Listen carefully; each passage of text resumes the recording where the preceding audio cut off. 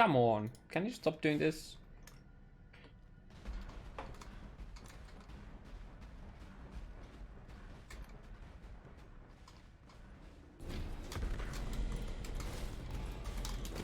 Holy fuck.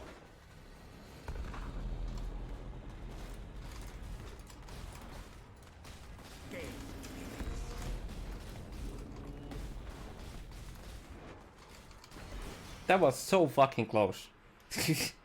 I didn't see the clone. Where am I? Zana? Blood spawn. My little girl, you're all grown up. Nice helmet too. Father, are you alright? The creature. Rats. That was actually legit close for me getting slammed. You and Indeed it was. So yeah, that was the last portion of the Shaper fight that did yesterday. Got a measly gloves.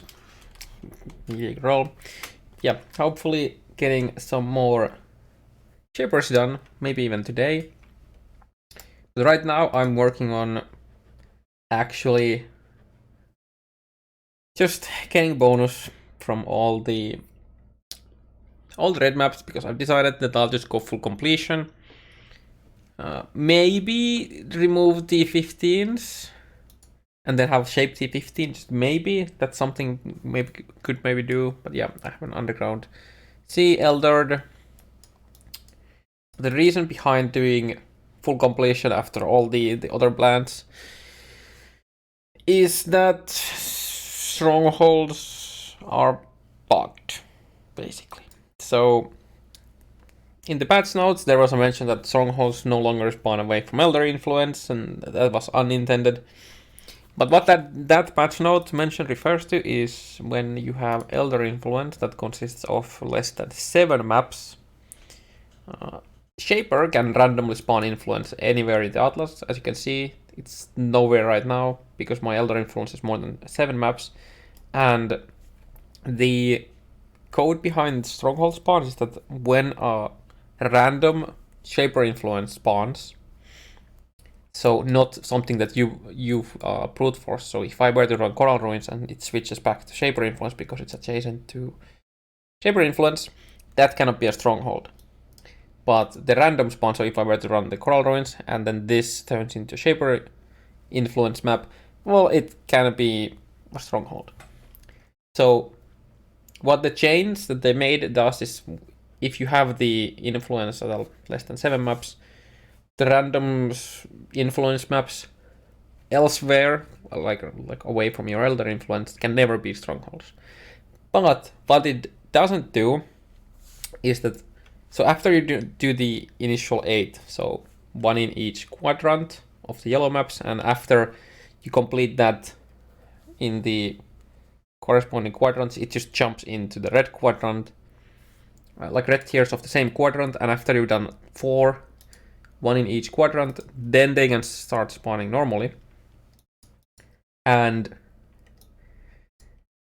I guess what the game is thinking about is that if you complete a yellow stronghold, that you're just doing one of the initial 4 yellows, and it immediately jumps into red. So for example, what happened to me is I did a stronghold in Geode after the 8 first ones, and it just immediately jumped into Dark Forest, which made me pretty sad, and made me also realize that if I want to farm strongholds, I need to have full completion.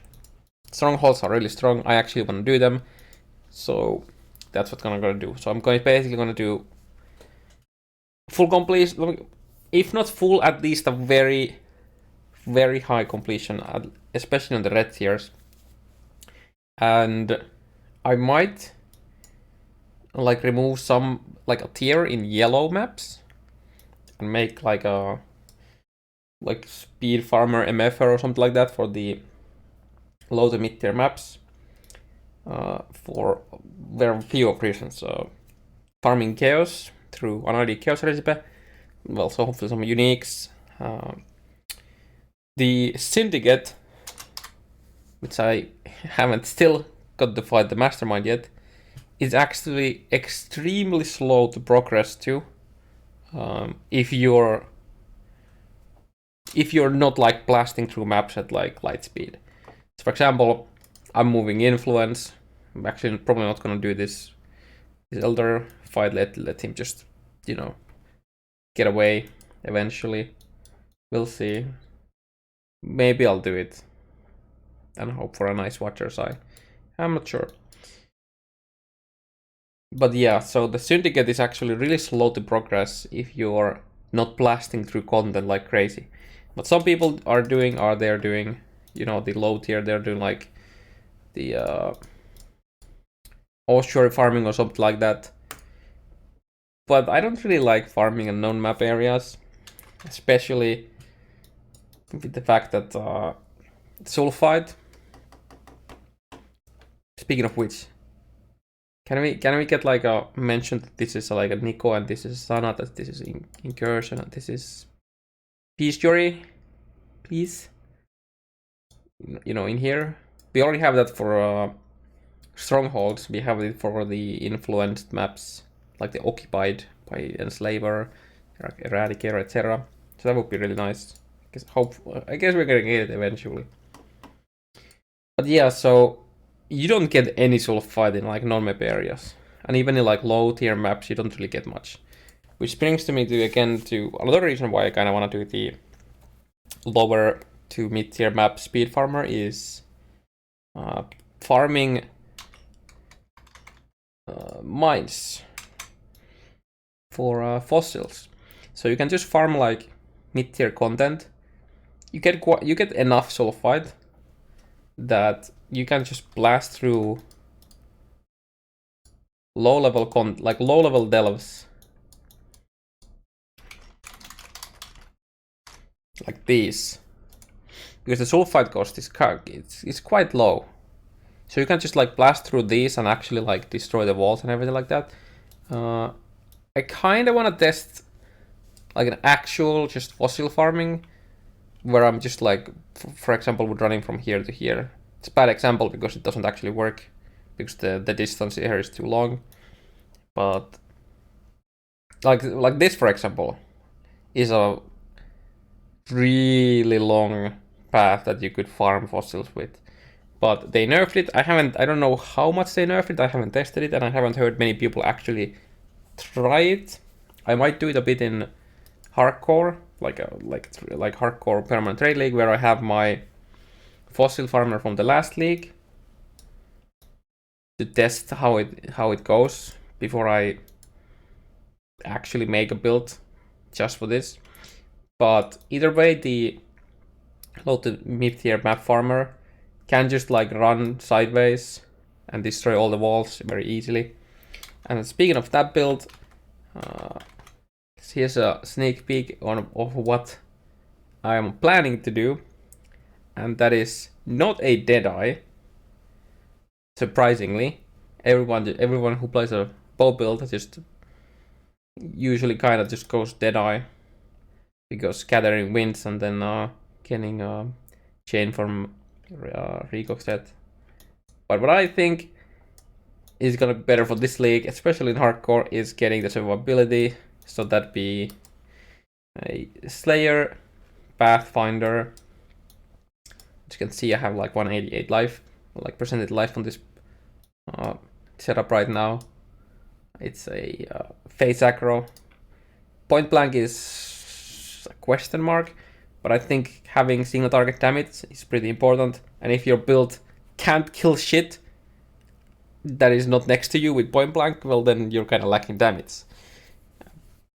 So yeah, so it's probably gonna be either lightning arrow or tornado shot or something like that for clear, and then scourge arrow for single target, I think, maybe. And as you can see, I have all the flask nodes. That's because in Delve, if you actually are running in the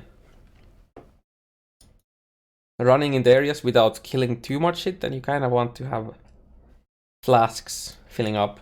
Also, flasks are just incredibly strong, and being able to have permanently like Quicksilver and everything like that is just crazy. I don't know if this is the final tree or anything like that, but it's just the plan. I have no gear or anything put on it, but with no gear it's like 3.6k life. Actually, yeah, almost 3.7 at level 95. And this should be able to also do higher tier content with just swapping some gear pieces. So that's kind of nice. Yeah, not exactly sure yet if I'm gonna do it, but I'm kind of wanting to do it. Yeah. Apart from that, the delve progress right now is we are at 206 depth. It's pretty close to, I think it's like 230, 240 or something like that when we hit the highest level, the 83. And at that point, I'm probably gonna do some sideways delving in hopes of getting some cities for map sustain. And I'm also starting to look into respecing this guy to probably first to CI and then later to low life. But I'm not the number one priority when it comes to who's gonna use the first chav that we're gonna get, which we eventually get. I actually have one card. The another reason for the map farmer is that I could farm cells. It's just a T7 map. So just by running all T7s and then shaping laboratory to the 13 would allow me to basically infinitely farm cells. Another thing is that I could also run sulfur vents with it by shaping Geord to 12, and then I would have, and then Ashenwood to 11, because I don't really mind getting these 6 Haunted Mansion drops either.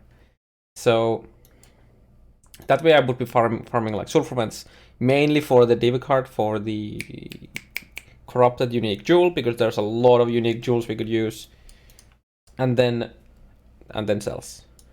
So that's something, but that would make me have to remove 2 tiers of maps, which is a kind of a yikes, but yeah, I'm at least gonna be doing 1 tier. I'm not sure if I'm gonna start with cells or something like that. I might eventually even need to remove 11s and farm lair.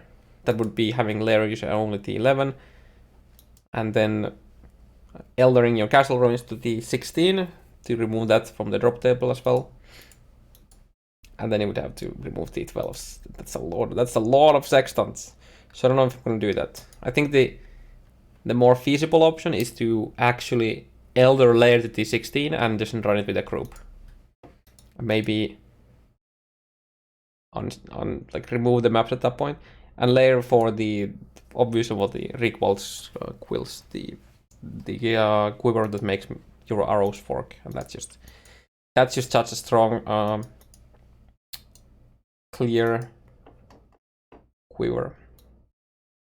And then I think I'm gonna finish up this update with a, I guess, a cool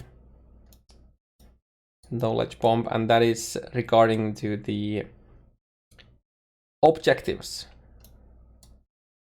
So when the lab resets, which is, let's take a look at the POE lab. It has a timer. In 12 hours and 4 minutes, which is 2 a.m. for me. At the same time, I think it's at the same time, your Atlas objectives also reappear if you don't have them on the Atlas at the moment. And they spawn around the map tier that you had done last. So my last map I did yesterday before logging off was at the 16 Elder Underground Sea. And now that I logged in, well, I have a T15, T14, 14, and 14. These are really nice because, you know, basically brute forcing a very high tier Zana incursion is really strong. Like, this is being able to have a T14 tempo of Azotl is extremely nice for map sustain. Sulfite from high tier maps is crazy, and then, well, obviously there's high level Zana. Like, I would be able to even get like the summit, missing summit from here when I run it. So that's just really nice. yeah, I think that's pretty much it. My gear hasn't really changed. Pretty much the same shit. I had like couple different swaps for different fights. For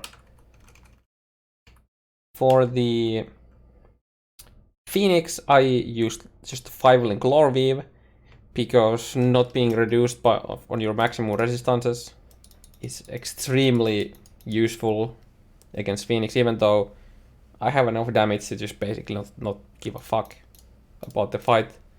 But yeah, and then just some random gear. I actually have like elemental weakness set up. So if I corrupt a map to be elemental weakness, I can't do it because I don't have 109% resist. So what I do is I actually gear swap 2 items just to be able to do those. No, that's the wrong item. What's this? Yeah, because some of the corrupted maps are just so crazy. So I really just want to do them. But I prefer to use this because this is just so insane.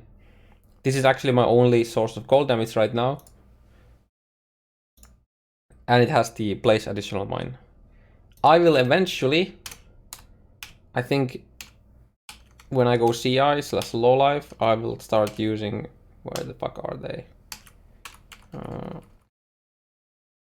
Guess somebody has joined it, but we have a Call of the Brotherhood, which is like, I think it's 40% converted, like lightning damage converted to cold, which is extremely important when pushing delves, because you want to be shattering the small spiders that have the cold snap with the crazy degen.